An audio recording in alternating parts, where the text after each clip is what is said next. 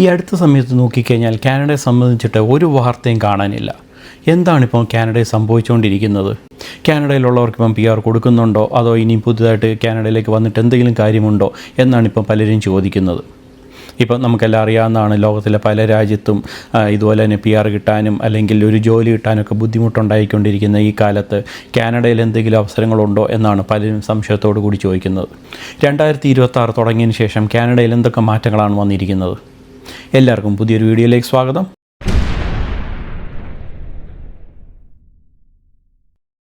എന്നോട് പലരും ചോദിക്കുന്നുണ്ടായിരുന്നു എന്തുകൊണ്ടാണ് അടുത്ത സമയത്തൊന്നും ഒരു വീഡിയോ ചെയ്യാത്തതെന്നുള്ളത്.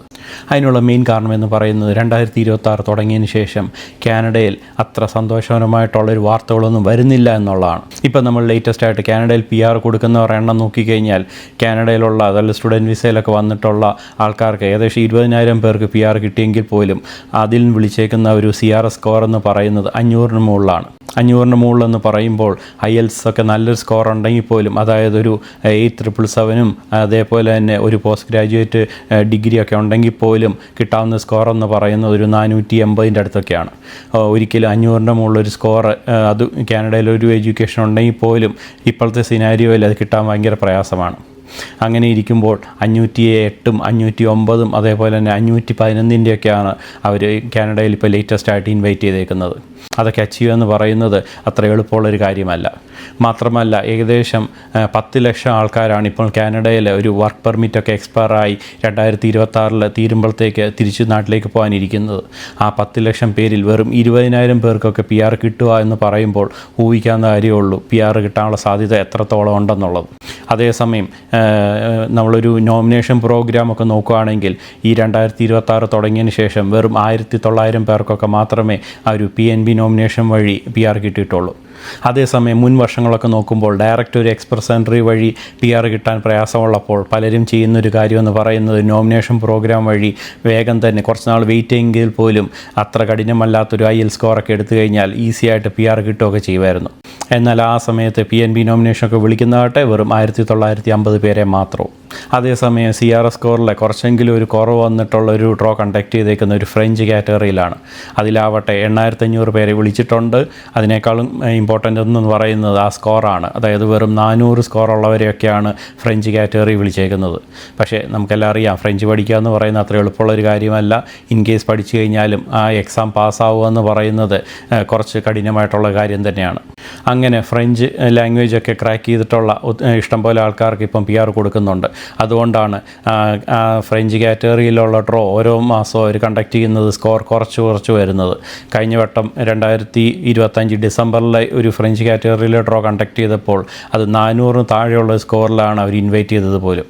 ഇപ്പോൾ ഒരു IELTS ഒക്കെ നല്ല സ്കോർ ഇല്ലാത്തവരോ അതല്ലെങ്കിൽ ഇവിടെ കാനഡയിലൊന്നും ഒരു എഡ്യൂക്കേഷനോ ഒന്നും എടുത്തിട്ടില്ലാത്ത നാട്ടിൽ നിന്നൊക്കെ ഡയറക്റ്റ് അപ്ലൈ ചെയ്യുന്ന ആൾക്കാർക്ക് അവർക്കൊരു നോർമൽ അവരുടെ സ്കോർ എന്ന് പറയുന്ന ഒരു 390-ഉം 400-ഉം ഒക്കെ അടുത്താണ്. ചിലർക്കൊക്കെ 420 സ്കോർ ഉണ്ടാവാറുണ്ട്.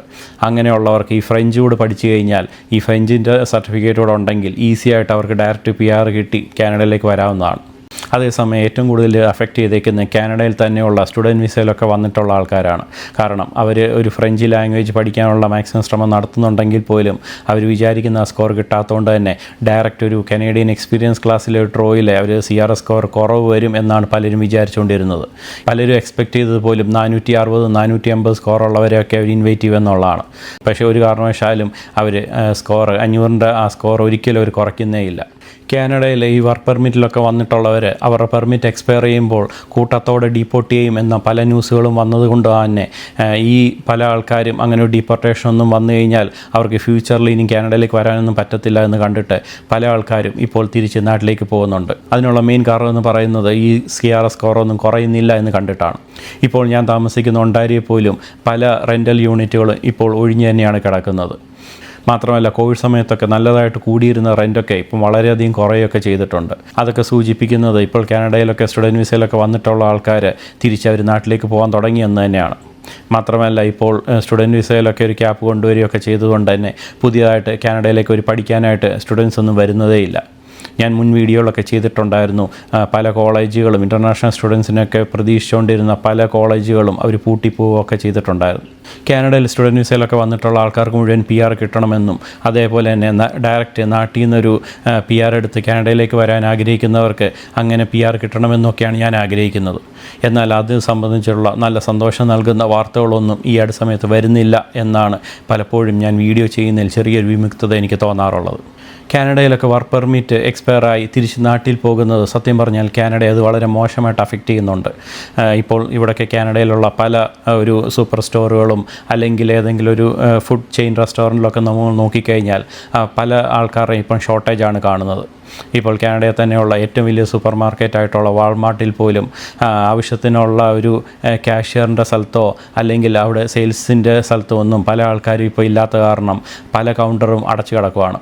അതുകൊണ്ട് തന്നെ നമ്മൾ സാധനം മേടിച്ച് അവിടേക്ക് ഒരു കൗണ്ടറിലേക്ക് കാശ് കൊടുക്കാൻ ചെല്ലുമ്പോൾ നീണ്ടൊരു ക്യൂ തന്നെയാണ് ഇപ്പം കാണപ്പെടുന്നത്. ഇതിനൊക്കെ മാറ്റം വരാൻ കൂടുതൽ ആൾക്കാർക്ക് PR കൊടുത്തേ പറ്റത്തുള്ളൂ. അങ്ങനെ ശുഭകരമായിട്ടുള്ള എന്തെങ്കിലും വാർത്ത വരുമ്പോൾ അത് നിങ്ങളുടെ മുന്നിലേക്ക് എത്തിക്കുന്നതായിരിക്കും. പുതിയൊരു വീഡിയോ ആയിട്ട് കാണുന്നവരെ it's me AJ signing off. By.